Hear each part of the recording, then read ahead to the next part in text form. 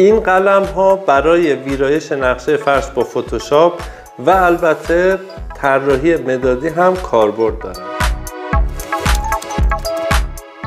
موقعی که تمرکز کافی داشته باشیم، شرایط مهیا باشه و حس و حالمون هم خوب باشه. 2 الی 3 ساعت در روز کافیه، اما هرچه بیشتر بهتر. موقعی که به تمام نقوش فرش مسلط باشید و بتونید نقوش فرش رو روی کاغذ خیلی عالی ترسیم بکنید، اون موقع هستش که میتونید مانیتور طراحی بخرید و دیگه از کاغذ استفاده نکنید. اگر کاملا مسلط به نقوش فرش هستید، بهترین گزینه برای طراحی فرش مانیتور طراحی هست. قطعاً خصوصی و آنلاین.